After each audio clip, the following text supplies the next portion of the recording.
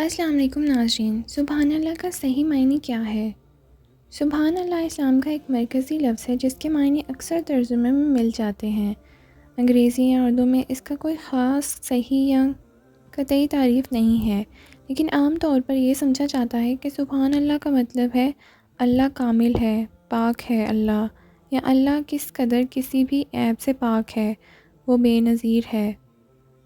قرآن میں ایسی آیات ہیں جن میں سبحان اللہ کہا گیا ہے۔ یہ اکثر لوگوں کو اللہ کا دوسرے معبودوں سے موازنہ کرنے سے خبردار کرنے کے تناظر میں پڑھا جاتا ہے۔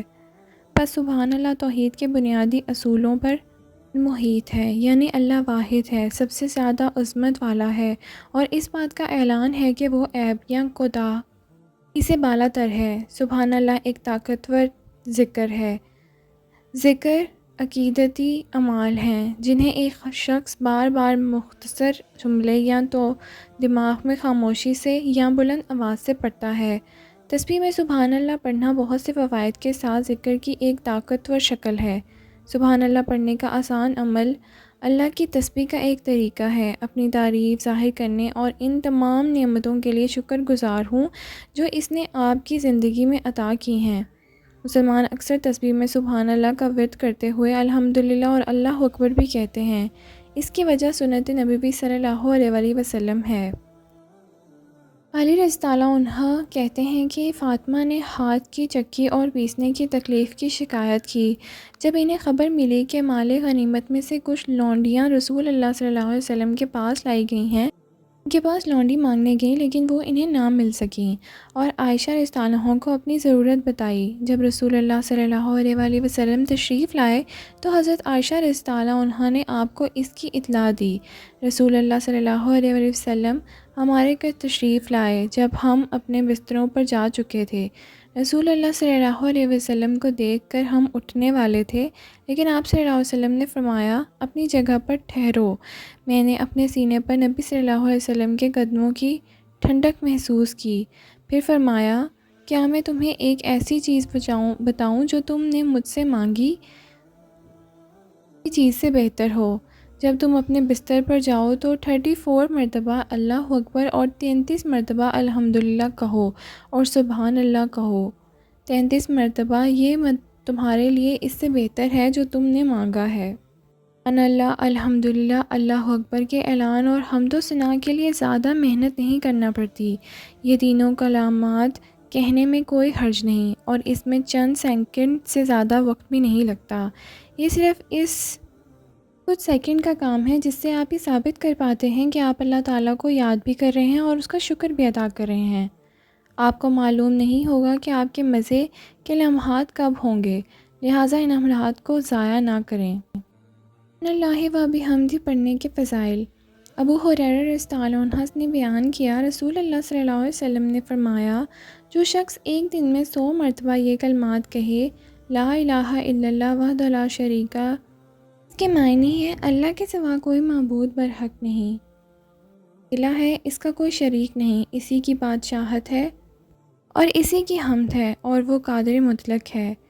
اسے 10 غلاموں کو آزاد کرنے کے برابر ثواب ملے گا۔ اس کے نام پر 100 نیکیاں لکھی جائیں گی، اس کے صحیفے سے اس کے 100 گناہ مٹا دیے جائیں گے، اور اس دن شام تک شیطان سے محفوظ رہے گا، اور کوئی بھی اس سے زیادہ اچھے عمال کرنے میں اس سے زیادہ نہیں ہوگا سوائے اس کے کہ جس نے ان کلمات کو اس سے زیادہ پڑھا ہوگا۔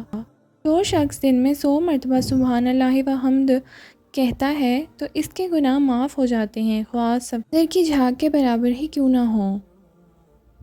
انس بن مالک رضی اللہ عنہ کہتے ہیں کہ ابن سلیم رضی اللہ عنہ نبی کریم صلی اللہ علیہ وسلم کے پاس آئیں اور عرض کیا، یا رسول اللہ صلی اللہ علیہ وسلم، مجھے کچھ کلمات سکھائیں جن میں سے میں نماز پڑھوں۔ سبحان اللہ کہہ کر اور 10 بار الحمدللہ کہہ کر اس کی حمد کرو، اور 10 بار اللہ اکبر کہہ کر اس کی بڑائی کرو، پھر اس سے مانگو جس چیز کی تمہیں ضرورت ہے۔ وہ کہے گا ہاں۔ جابر رضی اللہ عنہ بیان کرتے ہیں کہ رسول اللہ صلی اللہ علیہ وسلم نے فرمایا، اس کے لیے جو کہے سبحان اللہ و بحمد اللہ، اللہ عیب سے پاک ہے اور میں اس کی حمد سے شروع کرتا ہوں، جنت میں ایک کھجور کا درخت لگایا جائے گا، ابو ہریرہ رضی اللہ عنہ بیان کرتے ہیں کہ رسول اللہ صلی اللہ علیہ وسلم نے فرمایا، دو کلمات ہیں جو زبان کے لیے ہلکے ہیں، میزان بھی بھاری ہیں اور رحمان کو محبوب ہیں، سبحان اللہ و بحمدہ، سبحان اللہ العظیم، پاک ہے اللہ اور اس کی حمد ہے، اور اللہ سب سے بڑا عیب سے پاک ہے۔ سبحان اللہ کب کہنا چاہیے؟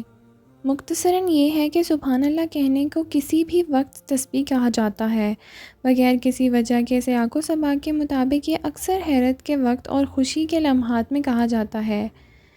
ذکر یا اللہ کا ذکر یہ کسی بھی وقت کیا جاتا ہے اور کوئی پابندی نہیں ہے۔ جب آپ کسی شاندار یا معجزے کا مشاہدہ کرتے ہیں، مثال کے طور پر ایک رات جب آپ اندھیرے میں کھڑے ہوتے ہیں، آپ کو صرف ستاروں سے آنے والی روشنی نظر آتی ہے، اس لمحے آپ کو احساس ہوتا ہے کہ کائنات کتنی وسیع اور عظیم ہے اور آپ واقعی کتنے چھوٹے ہیں۔ پھر آپ اپنے آپ سے سرگوشی کریں گے، سبحان اللہ۔ جب ہم بوڑھے ہوتے ہیں تو کیا ہوتا ہے؟ ہم اس دنیا کی خوبصورتی کو معمولی سمجھنا شروع کر دیتے ہیں۔ اگر ہم رک کر گلاب کو سونگھنے کے لیے رک جائیں تو ہم اللہ سبحانہ وتعالیٰ کی تمام خوبصورت تخلیقات کو دیکھ سکتے ہیں۔ قرآن مجید میں سورہ رحمان میں بار بار فرمایا گیا ہے، فَبِأَيِّ آلَاءِ رَبِّكُمَا تُكَذِّبَانِ، یعنی تو پھر تم رب کی کون کون سی نعمتوں کو جھٹلاؤ گے، ان تمام نعمتوں کا حوالہ دیتے ہوئے جو اس نے ہمیں دی ہیں۔ تو اگلی بار جب آپ پیدل سفر کریں گے اور ایک خوبصورت پھول دیکھیں گے تو آپ سبحان اللہ کیسے نہیں کہہ سکتے؟ ایسے کرنے سے آپ اپنے خالق کی تعریف کرتے ہیں۔ اللہ پاک ہم سب کو اس کی توفیق عطا